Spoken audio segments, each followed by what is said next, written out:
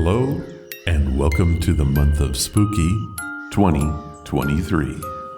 Scary stories are a part of life.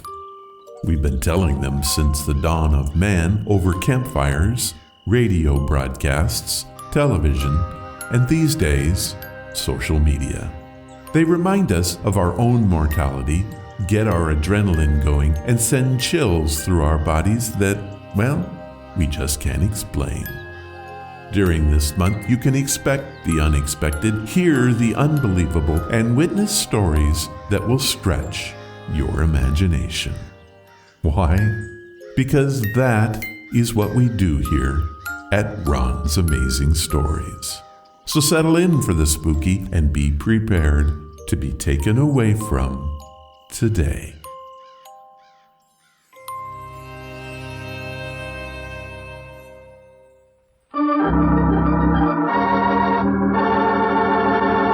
Another 5-minute mystery.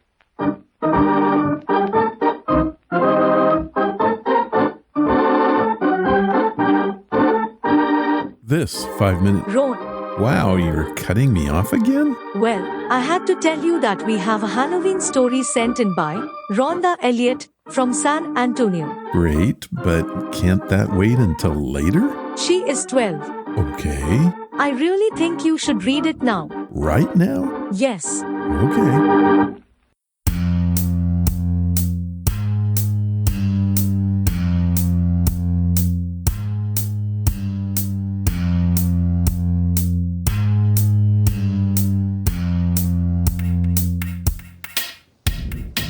Margaret and Frank were driving on a dark rural road in the Black Mountain Ranges. It was a stormy night, and rain was falling hard. They were looking frantically for gas stations. "Do you think we'll make it?" asked Margaret. "We are empty," Frank replied. "We should have bought gas in town," she said. "Not much we can do about it now." Then, out of nowhere, a sign read, "Gas in 3 miles." They both let out a sigh of relief. They came around the corner, and there it was. It was a small, dark building with a single rusted pump out front. They coasted to a stop as the car engine gave out its last gasp. Frank got out of the car and went inside. He was surprised to see a small creature sitting behind the counter. "Can I help you?" it growled. I need gas," said Frank. "I see." The thing shifted and started to get up. "I might have some to spare. What do you offer as payment? Your blood, perhaps?" Frank gulped. I have this debit card?" "That will have to do." The creature was obviously disappointed. "Let's get to it then." The two went outside. Frank kept his distance from the thing as it went about its work. It took his card and went back inside. A moment later, it came back with a slip. "Care to sign this in blood?" Frank took the slip and signed with his pen. "Thank you." "Oh, it was my pleasure. Have a ghoulish night." Frank got in the car and unconsciously locked the door. "Did you see that?" Margaret looked at Frank. "Yes.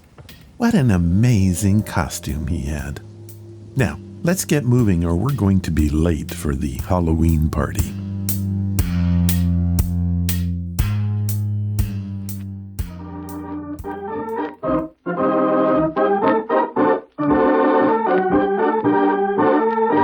Hey, that was pretty good. Thank you, Rhonda. Yes, it was a great story. Agreed. Now, OP, I have a Halloween joke for you. Great. What makes trick-or-treating with twin witches so very challenging? I have no idea. You never know which witch is which.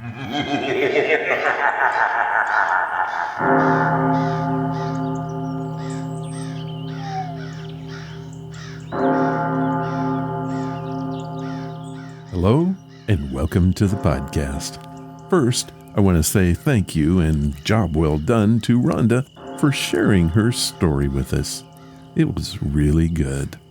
On the show today, we are full of the spooky, and I think we should just get right to it with this.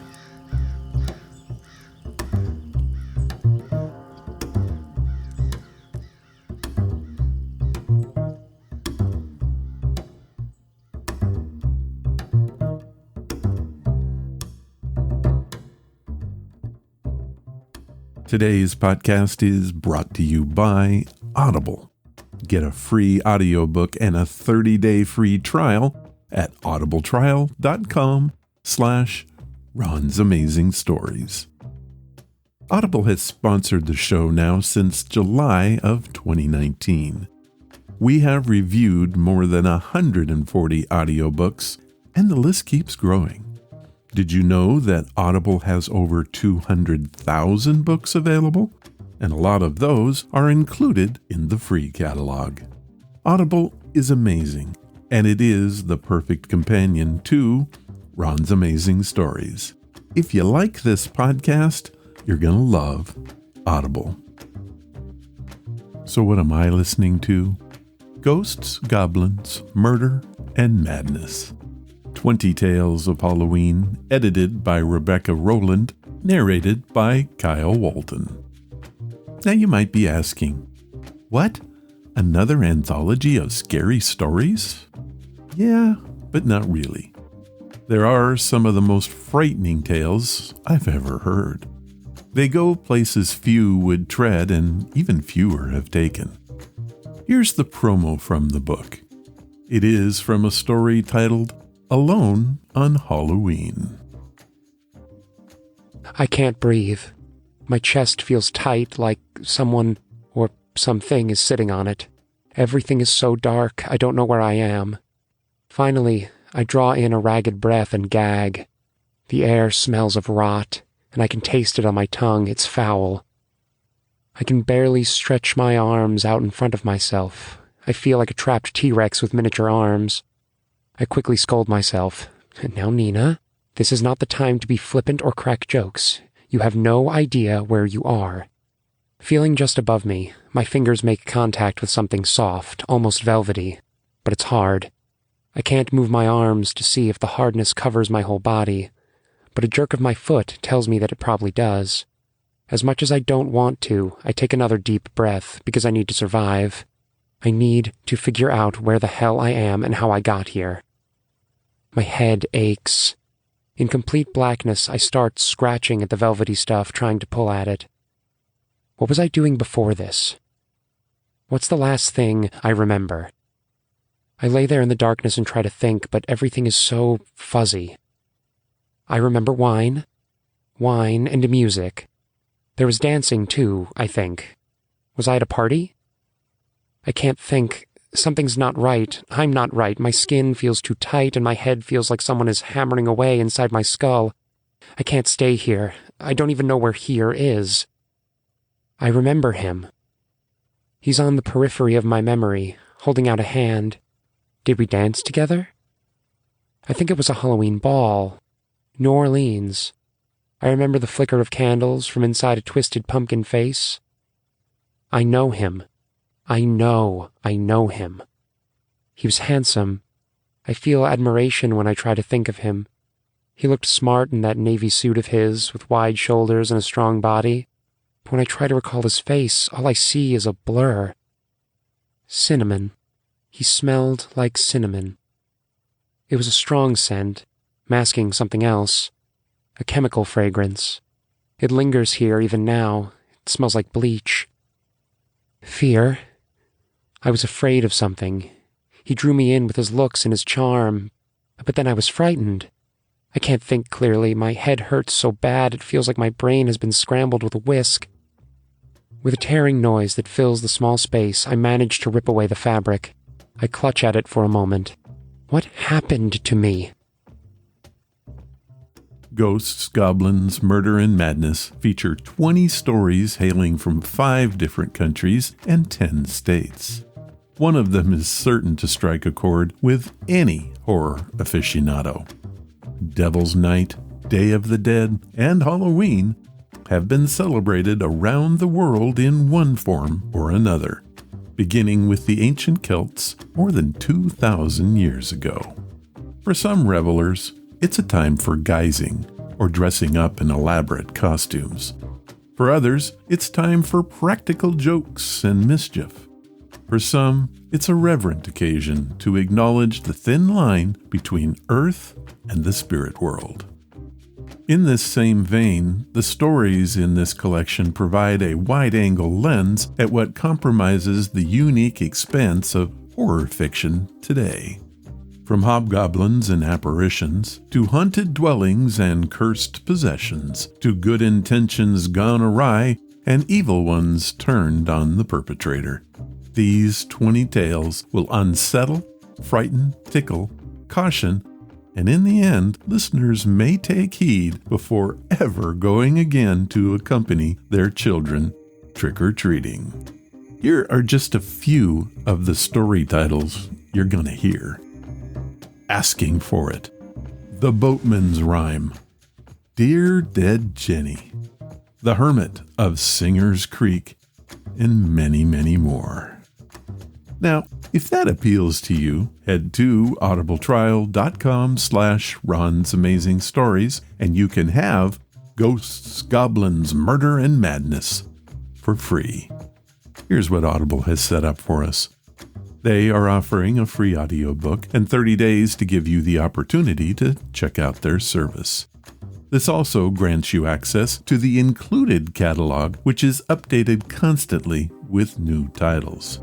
So, to download your free audiobook today, go to audibletrial.com/Ron's Amazing Stories. Thank you, Audible. These are your stories, sent by you, for you.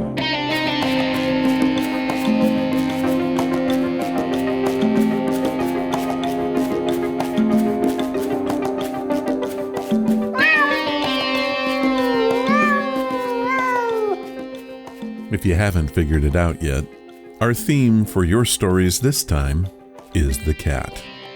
Our reverence of grimalkins has deep roots. Tens of thousands of years before the ancient Egyptians held them in the highest regard, felines figured predominantly in the world of mythology. In the pantheon of gods and deities, the majestic feline has reigned supreme for over 30,000 years. I think our first storyteller, Matt Links, sums it up best when he says, I wouldn't have entertained the idea of supernatural entities until I experienced it firsthand. It was 2005, and I was living in a shared rental house in North Wales. The residence itself was an old terrace house that belonged to an elderly lady before the landlord had purchased it, and then rented it out. A couple of weeks after my partner and I moved in, I was convinced I saw something move quickly upstairs. My room was the front room, and I had a desk at one end. My back was to the door, and whenever I sat there, I always felt an uncomfortable sense of being watched. We'd see movement or shape that would very briefly seem like a white cat out of the corner of our eyes. Almost all of these were either of the shape running up or down the stairs or sitting at the top on the landing. Both my partner and I experienced it. This continued for the entire 2 years that we lived there. It was unnerving at first, and the first few times we were convinced that a cat had somehow gotten into the house. After a while, we became accustomed to the occasional sense of ghost cat, and it became a bit of a joke with friends when they visited. One afternoon, I was alone in the house, and I decided to grab a kip. I was deep into a dream of which I will never remember when I felt pressure on my chest. I opened my eyes and distinctly heard the sounds of purring. Clear as day. However, there was nothing there. After a few seconds, the sensation and sound faded away. I can't explain this. There was a freezer unit under the stairs. My partner noticed that it looked quite damp around it. We reported it to the landlord. While he was repairing it, he shared an anecdote that whilst he was renovating the house, he had found a loose stone under the stairs and the skull and bones of a cat buried inside. He didn't know about Ghost Cat until we both burst out laughing and told him. I'm neither religious or superstitious and find it particularly difficult to explain the ghostly cat stalking up and down our stairs. I'm still dubious of a lot of the stories, as there's plenty of money to be made on playing on people's superstition. But me, I'm certainly a believer in some kind of the supernatural. Matt Links, Manchester, England.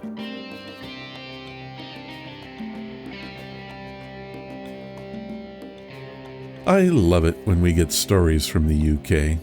It's nice to know that the strange and unusual happens everywhere. I did have to look up what a kip was. I've never heard that phrase before, and it caught me by surprise. British folk use kip to mean either nap or longer sleep. It can also mean the idea or act of sleeping, as in, will you be quiet? I'm trying to get some kip in here. It can also be used as a verb. They kipped down for the night. Thank you for your story, Matt. Our next story is one of my all-time favorites. After hearing it, I think you'll probably agree. It comes to us from Melissa Starkey, who lives in Tennessee. We've played this story before on episode number 428, but I could not let the theme of cats go by without revisiting this one. Here is Melissa's tale. Hello, Ron. I don't know if my story qualifies as a ghost story or not, but I'll let you decide that. I just know that I have titled it My Beloved Black Cat. So that you know how significant my cat was, allow me to go into a little history. When I was just starting out in college, I was having a pretty rough time. I'd always moved around a lot, and I rarely lived in one place long enough to make friends. You get the drift. The last high school I attended before graduating, I managed to be there for the last year and a half. I was accepted by a small group of mostly girls. We became close in many ways. One of our group died in an auto accident, and then, as will sometimes happen, the remainder of the group fell apart. I tried to be understanding, but once again, I was an outsider. I'd been going through a terrible depression for some time and wasn't sure if I wanted to continue living. But I had my mind set on attending college, and I would still be living at home. On the way to school that first day, I stopped the car because there was a dead kitten in the road. I couldn't bear to see it lying there, so I got out of the car, gently scooped it up with paper, and buried it on the side of that old country road. I was barely done with this task when I heard a loud cry coming from the general direction of the church across the street. I headed over to the back to see that a tiny furball of a kitten had somehow managed to claw its way halfway up the side of that old brick building. It was just within my grasp, so I reached up for it, fully expecting to get the crap clawed out of me. But the little thing calmed down as soon as I touched it, and I pressed him to my heart. After that, we were inseparable. He was my little buddy. He comforted me, and I no longer felt alone. This continued until I graduated college. My life turned for the worst when both my parents were killed in a plane crash. I was heartbroken, but I knew I had to find a job to take care of myself and my little sister. I found a good job, but it meant moving away, and that meant finding a temporary home for my buddy. I tried to convince myself that he would be okay with my aunt and that I would come back for him as soon as I could. I ended up having to move 3 cities away for a job, and that the people I would be traveling with said no pets. So I felt like I had no choice. I got started on this new life, and I called often to check on him. A year floated by. We had to live in a car for a time, but finally got an apartment and put enough money aside to make the trip back to get my cat. My aunt had told me that he was still around, but was rather vague as to the last time she had seen him. I felt a huge urgency to have him by my side once again, and trusted her that he was still there. He was not. I looked everywhere I could think of. I even went to the woods nearby, where I had been warned not to go. Rumors were that some people who were not very nice resided there. He was nowhere in sight. I finally confronted my aunt and got it out of her that she had not seen him for over a month. I ran out of the house, not knowing how I could handle any more. I was walking along the side of an old country road despondently and asked for a sign. Suddenly, at my feet was a pile of bones. I knew in my heart that my cat was dead, and I burst into tears. A Native American woman came out of nowhere and asked me if I was all right. We talked for a while, and I felt better.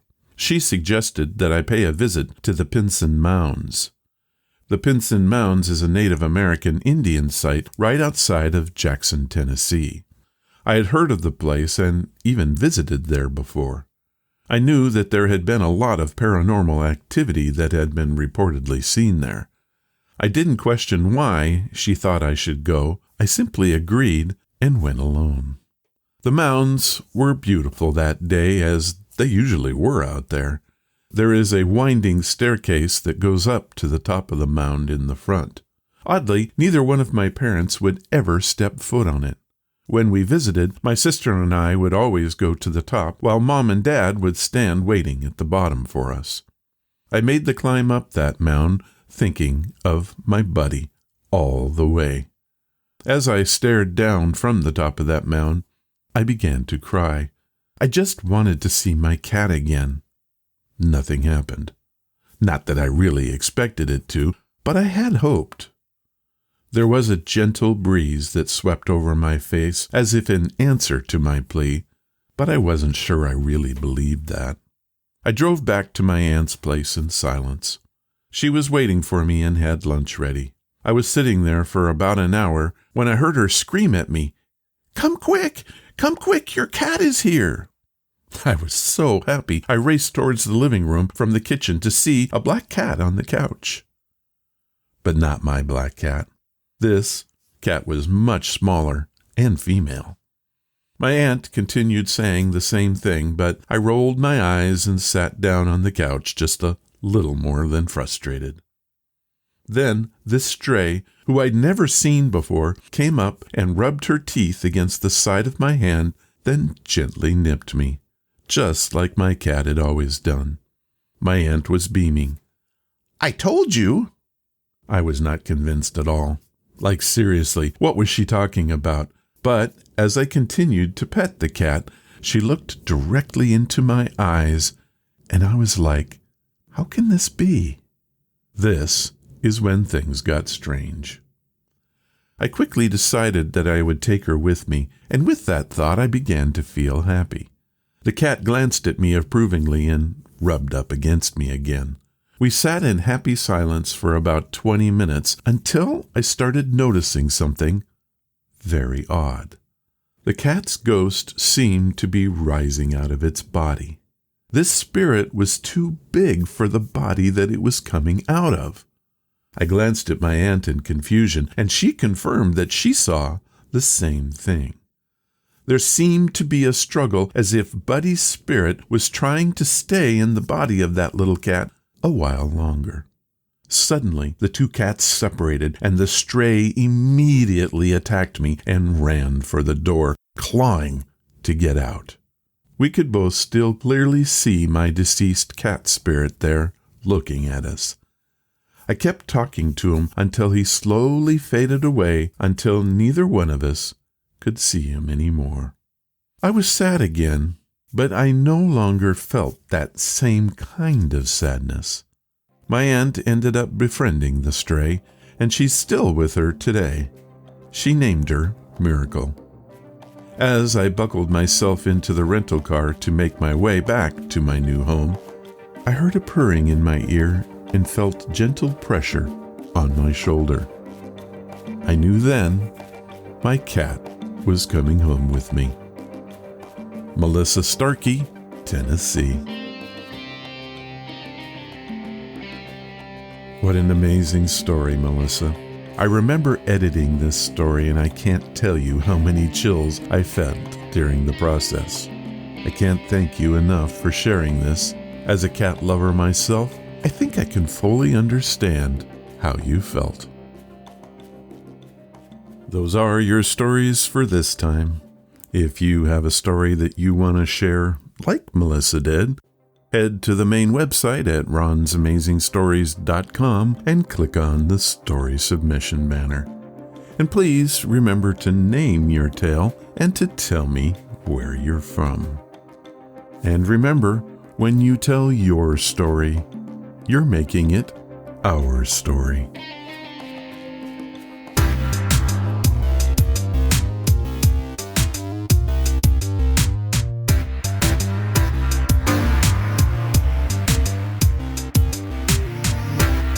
Our featured story plays on the one that we had last week. On that show, we looked at the script department of the radio series Lights Out and the horrors that can go on there. This time, we head to the very mind that created the show and what happens to him. Arch Oboler not only produced and directed the radio plays, but he wrote a great deal of them as well. In fact, he wrote, or maybe a better word is experienced, the story that you're about to hear. It is a tale of writer's block turned horror. It is titled Author and the Thing, and it just might be my favorite episode of Lights Out. It first aired on September 9th, 1943. This is Arch Oboler bringing you another in our series of stories of the unusual. And once again we caution you, these Lights Out stories are definitely not for the timid soul. So we tell you calmly and very sincerely, if you frighten easily, turn off your radio now.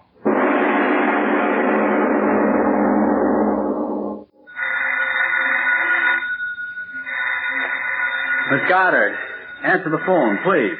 Yes, Mr. Oboler. Yes? Oh, yes, Miss Harrison. Here he is. Mr. Oboler? Yes? Miss Harrison. Oh, thank you. Hello, Joan. How's the Phantom Lady? Oh, yeah. Yeah, am I in trouble? Well, the last Lights Out. I just don't know what to write about. Oh, no, I got plenty of ideas, but... well, men dying in foxholes, and what am I doing? Thinking of fantastic... Well, thanks very much, but I still insist that I ought to be... Yeah, okay. Sure, I'll make this last one a good one, and then that'll be that. If I live through it. Huh? No, I was just talking to myself. I've been doing that rather consistently these last few days. Yes, I guess all those zombies and ghouls and loup-garoos have finally caught up with me. Yeah, I know. 2 aspirins and a glass of water every half hour. Now look here, Miss Harrison, don't worry about me. I'll get the story written tonight if I have to talk to the devil himself to do it. All right, John, all right. Yeah, sure. Oh, fine. Call me back in an hour and I'll have some kind of a plot figured out. I hope. Give my regards to Norman. Talk to you later. Well, Miss Goddard, let's get to work. Yes, sir. What time is it anyway? 11:32. Sorry I have to keep you working so late? That's perfectly all right. I know you have to have that play done by tomorrow morning. I'm glad to help. You're an angel. Angel?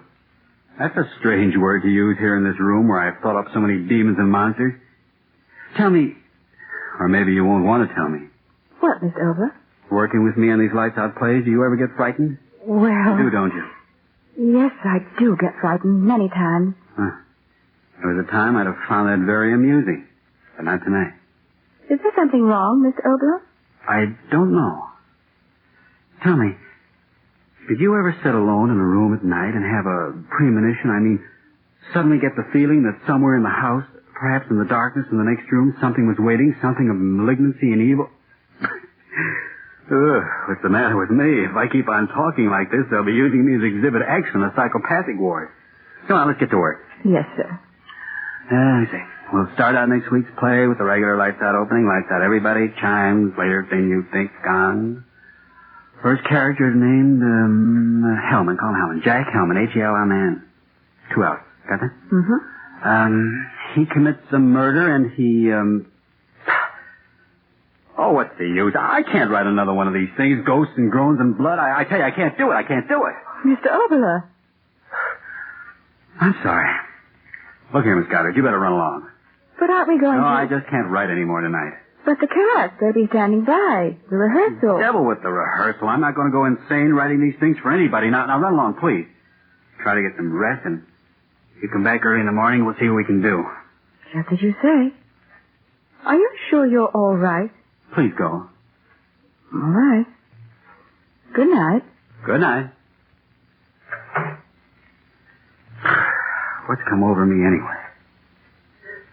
Why did I tell her to go? I gotta write this play. Premonition. She must have thought I was getting soft. Who's there? Oh, I am in bad shape. The wind rattles the window and lights out, author goes nuts. There's a headline for Variety. I gotta get down to earth. 11:45. Joan said she'd call back in an hour. I've gotta have some kind of a plot by then. Let me see. How about a press agent named Black killing a man named White and Black and White murder? Ooh, that corny. Maybe I could use a story about a Hollywood producer. Let's see, Johnny Hour. He meets a girl and then's afraid because the girl's husband. Oh, is that out of character? How about Nero chopping off heads in the Roman circus and... Certainly is quiet in here. Yell all day for quiet, and now that I've got it, I have got the jitters. What the devil have I got to be jittery about? Things are what they are, if anybody knows that I do. 2 and 10 makes 4, unless you're talking about curved space, and them that has hold on to what they've got, and anybody who's in this war for profit ought to have his bones broken off and... What the devil am I talking about? Okay. I'd better stop kidding myself. I know what's wrong. I want to write it, and yet I don't. What's the matter with me? Afraid to put it down on paper? What have I got to be afraid of? Here it goes. Get it over with. And outline of title undecided. Get out of my system. Play opens in the cell of a monastery in the Middle Ages. A mystic is cowered in a corner of his room. Outside, a mob is clamoring for his life. It appears that a horrible crime has been committed in the village below. A horrible monster had torn a woman. It appears that this creature, brought into being through the incantations of the sorcerer, was the concentration of all the evil in men's hearts and minds. A tremendous force of fiendishness and inhumanity put into living flesh to roam the world and commit unspeakable of all the drivel. A tremendous force of fiendishness and inhumanity put into living flesh to roam the world and commit unspeakable Well, drivel or not, there it is on paper. Me own monster conceived in me own mind. Congratulations, Papa. Have a cigar. Conceived in my own mind. That's what that crazy monk said in that book Nat Wolf gave me. I wonder who gave Nat that book. Conceived in... Where's that book anyway? It ought to be... I even marked the page.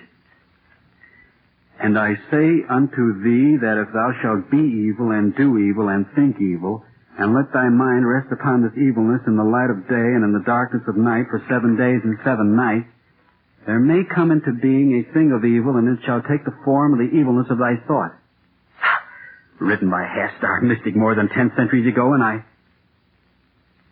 Funny I should have thought of those words tonight. I've been thinking about them for a week. Shall take the form of the evilness of thy thought. 7 days and 7... Who's there? No!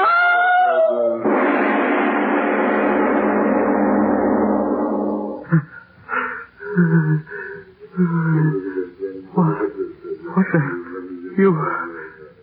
You in my mind. You're just in my mind. No. You evil. You don't exist, I tell you. I thought you're a dream. I said a dream. When I wake up, the door. It is a dream. It's got to be a dream. Come in. Get me out of this dream. Get me out of this dream. Hi, Art. Well, don't you ever open doors anymore? Now, what's the big idea sitting in here all alone? It's not a dream. It's still... Hey, Arch, what's cooking? Eli, get out. Oh, now, Arch... Don't stand there. Look at me. Get out. Can't you see it? Get out. Get out of here. Hey, what's the gag? See and hear what? Behind you. Look behind you. Well, there's nothing behind me but the wall. Eli. Say, what is this anyway? A preview of... Eli, get out of here. All right. Now, let's have it. What is this, a preview of a new play? Boy, am I glad you're quitting lights out after all. Can't you hear him? Oh, hear who? Eli, behind you. Behind me what? What's the matter with you anyway, Arch? Don't you feel well? You keep staring back at me. It must be a dream. What's that dream? It must be a dream. Are you tight? What's the matter? The pink elephant's beginning to... No! My brother! No, my brother, let go of me! You think to my brother! No!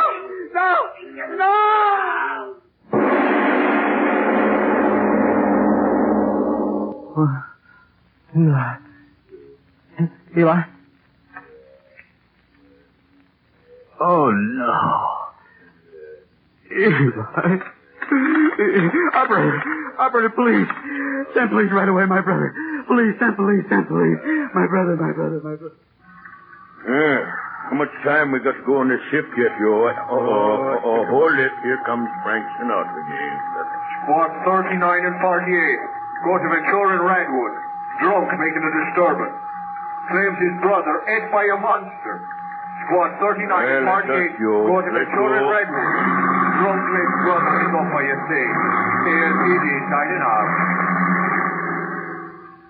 But I tell you, it's true, officer. It's true.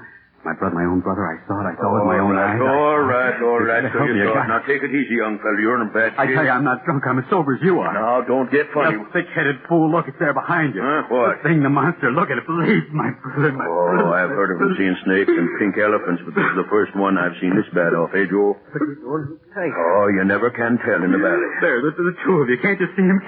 Blubbering there in the corner. Hey, maybe we better take him down to the station, let him cool off in the can for a while, eh? Yeah. Stop staring at me, the two of you. Why won't you believe me? Hey, Clarence, maybe this guy's on the level. Oh, are you nuts, too? Something happened to his brother, there'd be someone around, wouldn't there? And there ain't nothing in this room. What have I done? You've done? What do you mean? I thought of the monster. 7 days and 7 nights. Joe, the guy's nuts. Let's find out who he is. What's your name, young fella? What's your name? Quiet down now. What's your name? Oh, what difference does that make? The thing that sits there and grins at me. Why don't you see it and help me? Come on now. What's your name? Let's have it. Oboler. Oh, Eli. What's your business? What do you do for a living? Well? Radio. I write radio. What's the difference? Radio? Oboler. Say, ain't you the guy that writes them screwy lights out things Tuesday nights? Yes, help me. Please help me. Joe. What? Why, this is the guy that writes them ghost things I was telling you about. You know, over the radio. Oboler. The guy who always makes his cops Irish. You get it? It's one of them gags, one of them publicity gags. Oh, you infernal... Now, wait a minute, fellow. Watch your tongue. I tell you, it's not a gag. It's here in the room. It took my brother and... There. Can't you hear it? Can't you hear it? Huh? It's laughing. An infernal laugh, and listen to it. Listen to it. It is later than you think. Okay, young fella, if it ain't a gag, you better take a bromo and go back to bed. Now, listen, we're going to hang around for a while, so take it easy. Come on, Joe, let's get out of here. No, wait. Wait, don't let me down. It's here, I tell you, it's here, don't let me. Oh.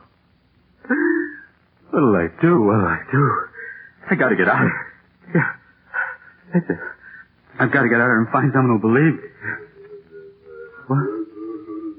Oh, it won't let me out? No. Don't come near me. Don't come. The police. Come back. Come in. Hi, Art. I was just driving by and I thought... No, Mercedes. Get out of here. Get out. What? No. Art, what's the matter? What are you staring at? Mercedes, believe me, you got to get out. You got to get out. No. Where's it? Help. No. Help. Oh, no. Help. No.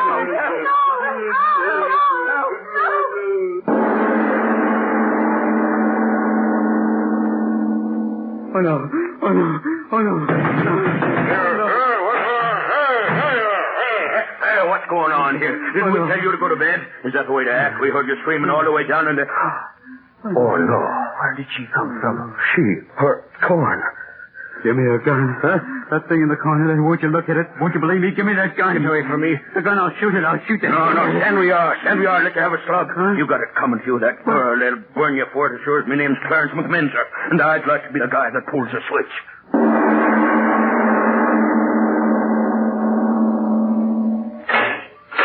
All right, right in here, sir. You've got 5 minutes. Yes, I know.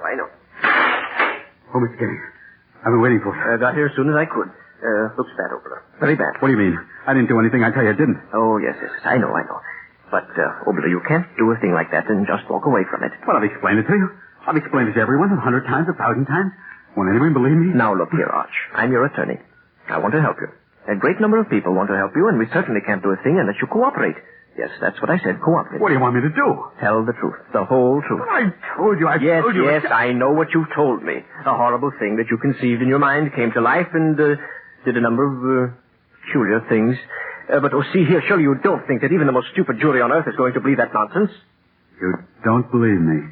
Well, I've heard many peculiar alibis from my radio clients in time, but... Well, listen, if you want to plead temporary... But I'm not insane. I'm not insane. Then let's hear a sane explanation of what happened that night. I told you everything just the way it happened. My brother came home and... Yes, I know. Well, your brother came into the room and was eaten up by this monster, and then that girl... Oh, what's the use? Apparently you want to die. I've tried so hard to make you understand. I've tried to make you understand that if you don't stop this infernal nonsense and hurry up and tell me the truth of what really happened... You'll either find yourself taking a one-way walk to the electric chair or wake up in a padded cell in an asylum for the criminally insane. What? The fact of the matter is they've already appointed a lunacy commission to pass on your case. Lunacy commission? Oh, see here, Arch. Wait. Let me talk. Go right ahead. That's what I want you to do. Maybe I am insane. I don't know. First I told myself it was nothing but a nightmare. That I'd wake up and find it had all been nothing but a weird dream that never really happened, but it's not a dream and no one will believe my story, not even you. It's such an irrational story. How can you expect anyone to believe it?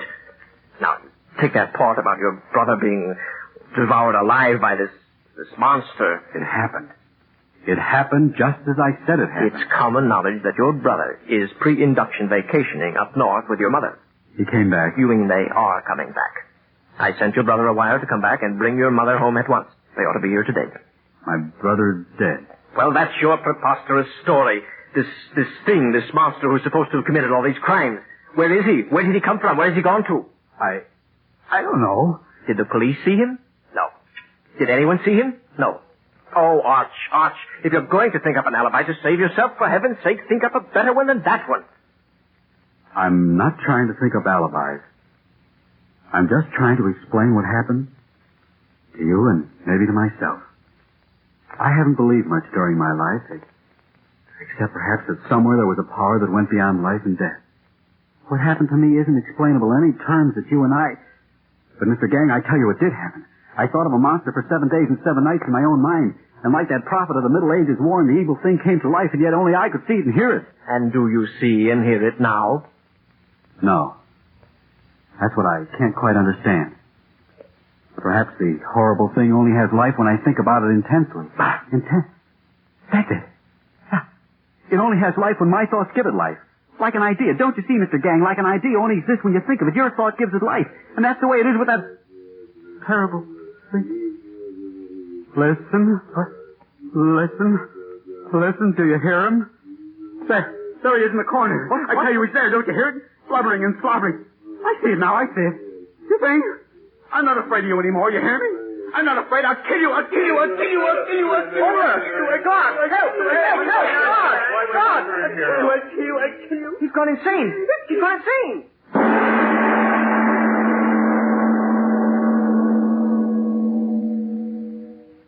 I tell you, all radio writers are crazy. I've had dealings with several of them. Gentlemen, if you please, control yourselves. Mr. Perrington, please. Dr. Schmidt, put down that bottle.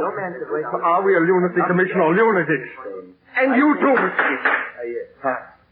I know how strongly you gentlemen feel about this matter, but after all, we must come to a decision on his mental status. As chairman of this lunacy commission, I feel that it is incumbent upon me to, shall I say, summarize the facts as they have been placed before us. First, it is an established fact that a murder, and a very horrible murder, has been committed. The police officer has testified very conclusively that Arch Oboler was there upon the scene of the crime, and that it was absolutely impossible for anyone else to have committed the murder. In other words, the man whose mental status we are to determine is a murderer. Consider further facts. Does he wear conventional shirts? No. Another fact. Does he participate in normal activities such as drinking, dancing, fraternal orders, and similar beneficial social activities? No. I pile fact upon fact. Have you gentlemen ever listened to his plays? What are some of the distinctive features of these works?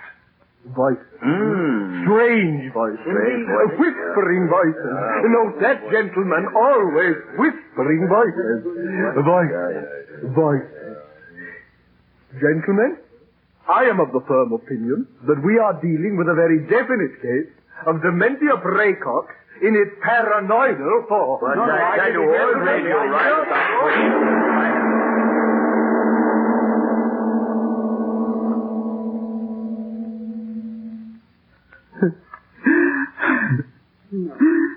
No, Arch. No. Lifetime in an insane asylum. Oh, my. I'm not insane. I'm not insane. No, of course you're not, son. Don't excite yourself anymore. Please.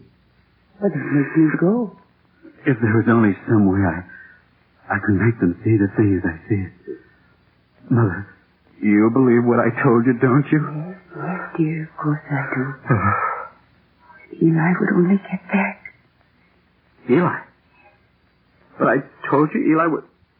You're like the others, you don't believe me, now I know you don't. You will believe, I'll make you believe. Sing wherever you are, listen to me. I think of you, here, I think of you, I give you life, I give you life. You hear, Mother? You hear it does exist, it does? No, don't get so excited. There, Mother. It's right behind you. Turn, see, believe. Oh, you see, Mother. You see it. I'm not insane. I'm not. No, my mother. Saying my mother. No, not my mother. Not my mother. Not my mother. Not my mother. Not my mother.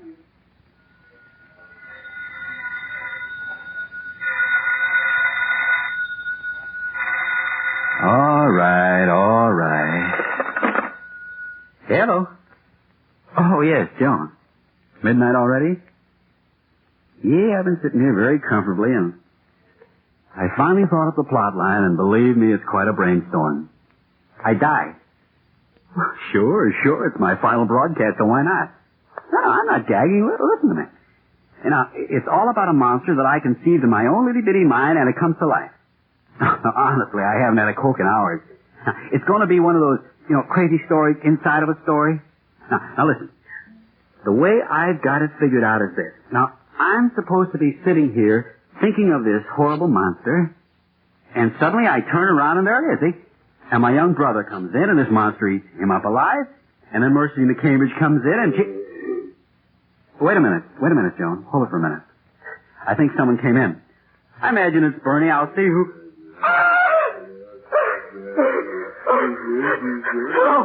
Hello. Joan, listen. That thing, it's true. This time it's really happening. No!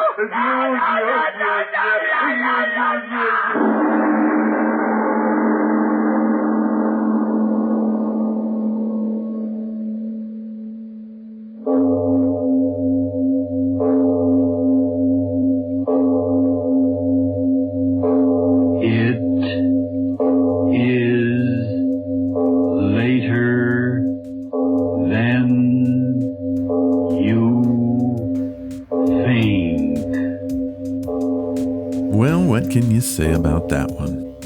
Arch Oboler was amazing, highly creative with his storytelling, and maybe just a bit crazy. Oboler was a playwright, screenwriter, novelist, producer, and director who was active in radio, films, theater, and of course television. He generated much attention with his radio scripts, particularly from the series you just heard, Lights Out. And his work in radio remains the outstanding period of his career. Praised as one of broadcasting's top talents, he's regarded today as a key innovator of the radio drama.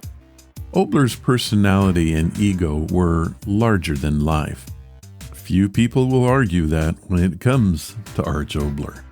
He was one of those intense personalities who are liked and disliked with equal fire. He entered radio because he believed that it had a great unrealized potential for telling stories with ideas. He thought that the medium was being wasted on soap operas. In 1933, he wrote a script called Futuristics, which satirized the world of the present in light of the future.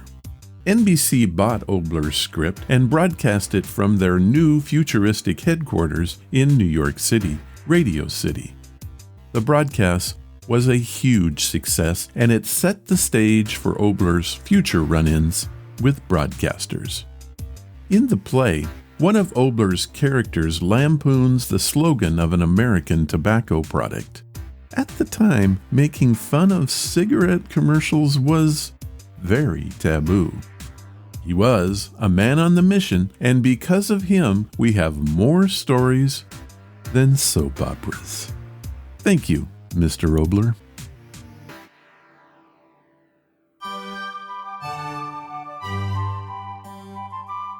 As read by. Amazing stories read by amazing people. This time on As Read By, we have a creepy story suggested by listener Kip Seward. I quite agree. The ending is, well, you're just going to have to get there yourself. It is titled A Ghoul's Accountant and was written by Stephen Crane in the late 1800s. It is read for us by Quinn Lundberg. In a wilderness, sunlight is noise. Darkness is a great, tremendous silence, accented by small and distant sounds. The music of the wind in the trees is songs of loneliness, hymns of abandonment, and lays of the absence of things congenial and alive. Once a campfire lay dying in a fit of temper. A few weak flames struggled cholerically among the burned-out logs. Beneath, a mass of angry red coals glowered and hated the world. Some hemlocks sighed and sung, and a wind purred in the grass. The moon was looking through the locked branches at 4 imperturbable bundles of blankets which lay near the agonized campfire. The fire groaned in its last throes, but the bundles made no sign. Off in the gloomy unknown, a foot fell upon a twig. The laurel leaves shivered at the stealthy passing of danger. A moment later, a man crept into the spot of dim light. His skin was fiercely red and his whiskers infinitely black. He gazed at the 4 passive bundles and smiled a smile that curled his lips and showed yellow, disordered teeth. The campfire threw up 2 lurid arms and, quivering, expired.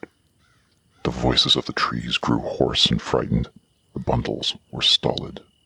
The intruder stepped softly nearer and looked at the bundles. One was shorter than the others. He regarded it for some time, motionless. The hemlocks quavered nervously and the grass shook. The intruder slid to the short bundle and touched it. Then he smiled. The bundle partially upreared itself and the head of a little man appeared. "Lord," he said. He found himself looking at the grin of a ghoul condemned to torment. "Come," croaked the ghoul. "What?"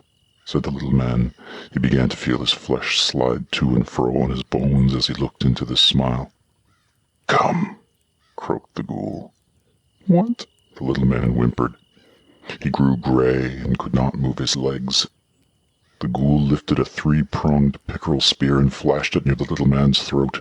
He saw menace on its points. He struggled heavily to his feet. He cast his eyes upon the remaining mummy-like bundles, but the ghoul confronted his face with the spear. "Where?" shivered the little man. The ghoul turned and pointed into the darkness. His countenance shone with the lurid light of triumph. "Go," he croaked. The little man blindly staggered in the direction indicated. The 3 bundles by the fire were still immovable. He tried to pierce the cloth with a glance and opened his mouth to whoop, but the spear ever threatened his face. The bundles were left far in the rear, and the little man stumbled on alone with the ghoul. Tangled thickets tripped him, saplings buffeted him, and stones turned away from his feet. Blinded and badgered, he began to swear frenziedly. A foam drifted to his mouth, and his eyes glowed with a blue light. "Go on," thunderously croaked the ghoul. The little man's blood turned to salt. His eyes began to decay and refused to do their office. He fell from gloom to gloom. At last a house was before them. Through a yellow-papered window shone an uncertain light.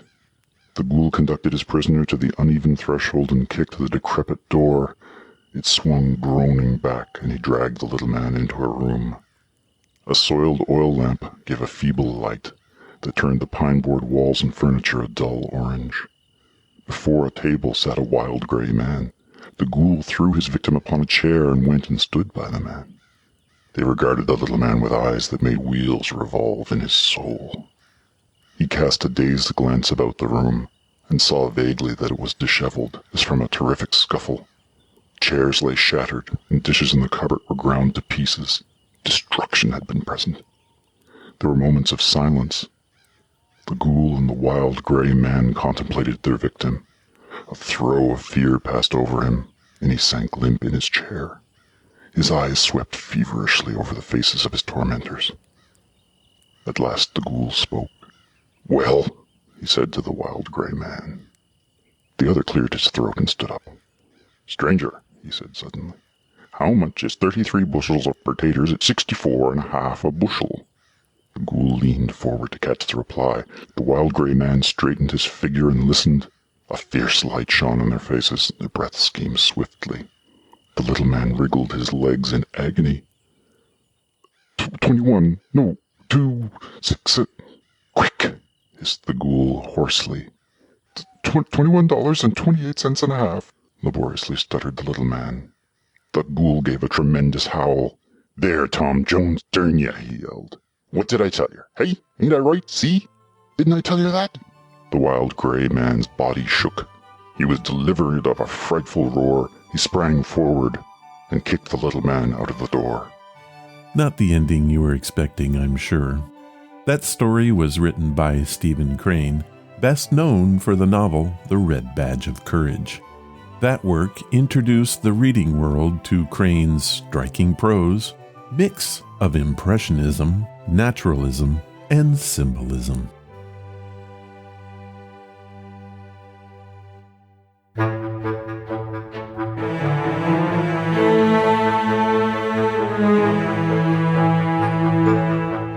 That was episode number 613, and I want to say a big thank you to Matt Lunks, Melissa Starkey, Kip Seward, and Quinn Lundberg for helping out today.